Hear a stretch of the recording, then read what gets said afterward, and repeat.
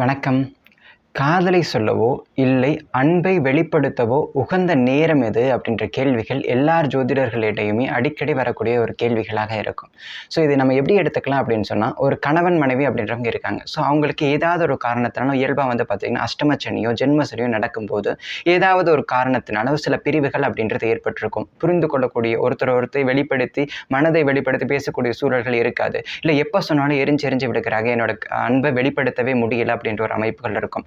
இது கணவன் மனைவிக்கு மட்டும் எடுக்காம ஏதாவது ஒரு நட்பு வட்டாரங்கள் கூட இந்த மாதிரியான அமைப்புகள் இருக்கும். ஸோ இந்த மாதிரியான ஏதோ ஒரு விஷயங்கள் ஏற்படும் போது நம்ம என்னத்தை பேசினாலும் அந்த வகையில் எப்படின்னு பார்த்தீங்கன்னா ஒரு பிரிவை நோக்கியே தள்ளி போகும். ஸோ அந்த பிரிவுகளை நோக்கி தள்ளி போகாம அந்த உறவுகள் அப்படின்றது நம்மள புரிஞ்சுக்கிட்டு ஒரு சேரக்கூடிய அமைப்புகளை நம்மளுடைய அன்பை வெளிப்படுத்தும் போது எதிர்பாலினத்தில் யார் இருக்காங்களோ, இல்லை நம்ம நண்பர்கள் எதிர்ப்பக்கம் யார் இருக்காங்களோ அவங்களும் நம்மளை புரிஞ்சுக்கிட்டு அந்த அந்யோன்யமாக பேசக்கூடிய ஒரு தன்மைகள், இதுக்கு உகந்த நேரம் ஏதாவது இருக்கா அப்படின்ற ஒரு கேள்விகள் வரும் பட்சத்தில் நிச்சயமாக ஜோதிடத்தில் அதுக்கு ஒரு வழி இருக்குது. ஸோ ஒரு 2-3 வருஷமாக காதலிக்கிறாங்க, என்னோட அன்பை வெளிப்படுத்த உகந்த நேரம் எது அப்படின்றது கேட்குறாங்க. ஸோ இந்த மாதிரியான அமைப்புகளுக்கு எல்லாமே பதில் சொல்லக்கூடிய அமைப்புகளில் தான் முகூர்த்த கணிதங்கள் அப்படின்றது இருக்குது. ஸோ அந்த வகையில் புருஷத முகூர்த்தம் அப்படின்ற ஒரு முகூர்த்தம் இருக்கு. ஸோ இந்த முகூர்த்தத்தில் நம்மளுடைய அன்பை, இல்லை உங்களுக்கு கணவன் மனைவிக்கு இடையே பிரிவுகள், இல்லை நட்பு வட்டாரங்களுக்கு ஏற்பட்டக்கூடிய பிரிவுகள், இந்த மாதிரியான விஷயங்களை இந்த உகந்த நேரங்கள் சொல்லக்கூடிய இந்த புருஷத முகூர்த்தத்தில் பேசும் பட்சத்தில் அந்த பிரச்சனைகள் அப்படின்றது தீர்வாகி 2 பேரும் மனப்பூர்வமாக ஒருத்தரை புரிந்து கொண்டு அடுத்த நிலைக்கு எடுத்துட்டு போகக்கூடிய ஒரு தன்மைகள் அப்படின்றது நிச்சயமாக கொடுக்கும் அப்படின்றதுல எந்த வித மாற்று கருத்தும் கிடையாது. ஸோ அந்த புருஷத முகூர்த்தத்தோடு கூட எதையெல்லாம் சேர்த்து பார்க்கலாம் அப்படின்றத பார்த்தீங்கன்னா ஊர்த்துவ நட்சத்திரங்கள் அப்படின்றது இருக்குது. ஸோ இந்த ஊர்த்துவ நட்சத்திரங்கள் இயல்பாகவே இந்த நட்சத்திரங்களில் பேசும்போது எந்தவித பிரச்சனைகள் இல்லாமல் வாழ்க்கையை அடுத்த நிலைக்கு எடுத்துகிட்டு போகும்.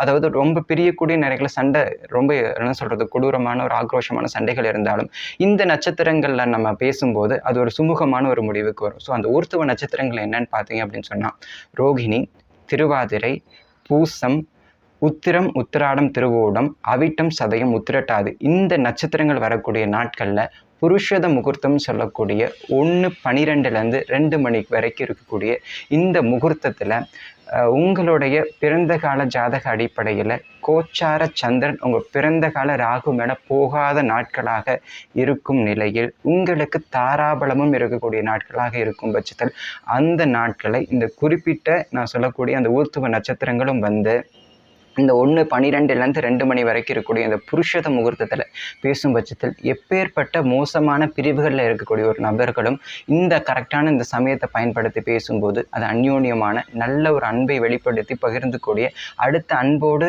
அந்யோன்யமாக அடுத்த நிலைக்கு எடுத்துகிட்டு போகக்கூடிய ஒரு தன்மையை நிச்சயமாக உருவாகும். ஒரு காதலை வெளிப்படுத்துவதற்கும் இந்த மாதிரி நாட்களை பயன்படுத்தி வெளிப்படுத்தும் போது நிச்சயமாக அது வெற்றி பெறும் அப்படின்றதுல எந்தவித மாற்று கருத்தும் கிடையாது.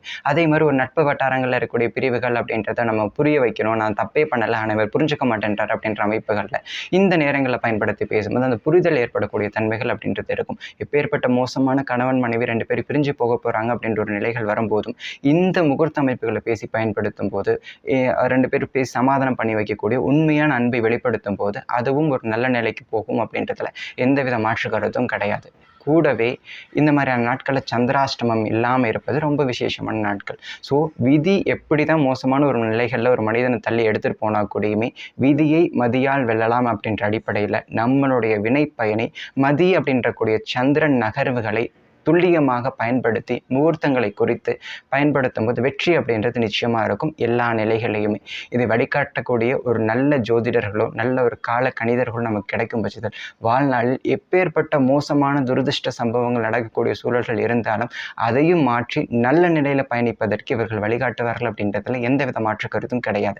ஸோ இந்த புருஷத முகூர்த்தம் அப்படின்னு சொல்லக்கூடிய அமைப்புகளையும் இந்த ஊர்த்துவ நட்சத்திரங்களையும் முறையாக பயன்படுத்தி உங்களுடைய வாழ்க்கையில் இருக்கக்கூடிய அன்பை வெளிப்படுத்துவதற்கும் காதலை பகிர்வதற்கும் ஒரு சுமூகமான வாழ்க்கையை அடுத்த நிலைக்கு அன்போடு எடுத்து செல்வதற்கும் ஒரு ஆனந்தமான வாழ்க்கையை நோக்கி பயணிப்பதற்கும் உங்கள் எல்லாருக்கும் பயன்படும் அப்படின்றதுல மனப்பூர்வமாக நம்புகிறேன்.